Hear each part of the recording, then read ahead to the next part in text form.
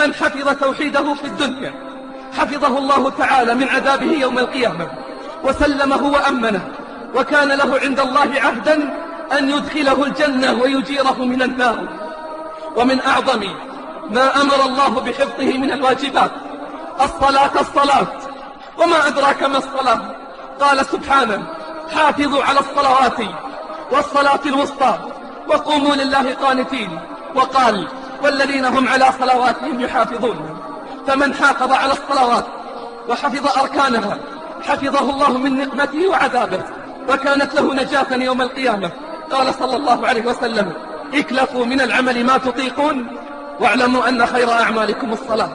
قال ابن القيم رحمه الله: والصلاة مجلبة للرزق، حافظة للصحة، دافعة للأذى، مطردة للأدواء، مقوية للقلب، مبيضة للوجه، مفرحة للنفس، مذهبة للكسل، منشطة للجوارح، ممتة للقوة، شارحة للصدر، مغذية للروح، منورة للقلب، حافظة للنعمة، دافعة للنقمة، جالبة للبركة، مبعدة من الشيطان، مقربة من الرحمن. وللصلاة تأثير عجيب في حفظ صحة البدن والقلب وقواهما ودفع المواد الرديئة عنهما.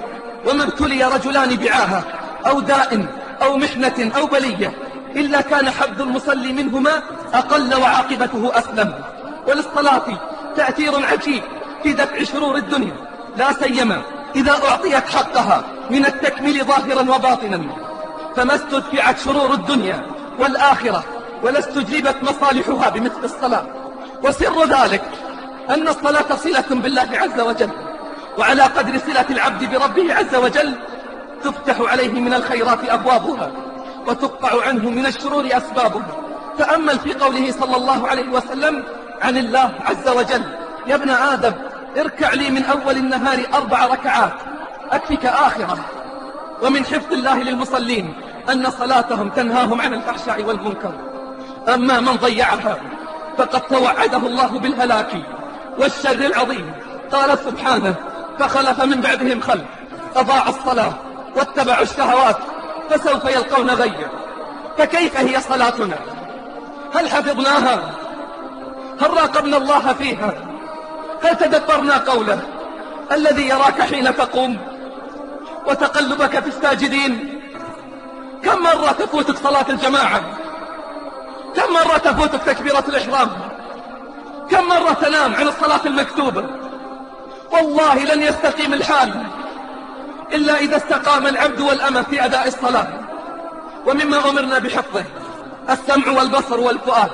قال سبحانه: ولا تقف ما ليس لك به علم إن السمع والبصر والفؤاد كل أولئك كان عنه مسؤول. فاحفظ سمعك فلا تسمع إلا ما يرضيه، واحفظ بصرك فلا تنظر إلا إلى ما يرضيه، واحفظ قلبك فلا يمتلئ إلا بما يحبه ويرضيه، واحفظ عقلك فلا تفكر إلا في طاعته ومراضيه. ومما أمرنا بحفظه الفروج. قال سبحانه: قل للمؤمنين يغضوا من أبصارهم ويحفظوا فروجهم. وقال سبحانه: وقل للمؤمنات يغضضن من أبصارهن ويحفظن فروجهن. ومدح الله المؤمنين والمؤمنات بذلك فقال: والذين هم لفروجهم حافظون. ومما أمرنا بحفظه الأيمان. فقال سبحانه: واحفظوا أيمانكم. وقال: ولا تجعلوا الله عرضة لأيمانكم، لأن حفظ اليمين يدل على إيمان المرء وورعه. قال سبحانه: وأوفوا بعهدي أوفي بعهدكم. وقال: فاذكروني أذكركم.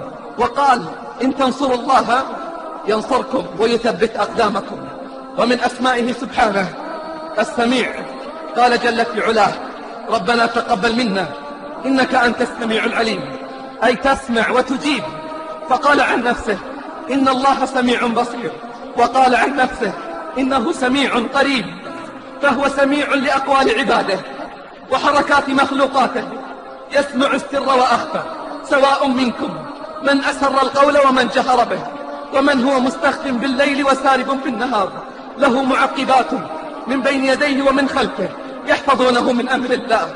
إن الله لا يغير ما بقوم حتى يغيروا ما بأنفسهم، وإذا أراد الله بقوم سوءا فلا مرد له. وما لهم من دونه من والي.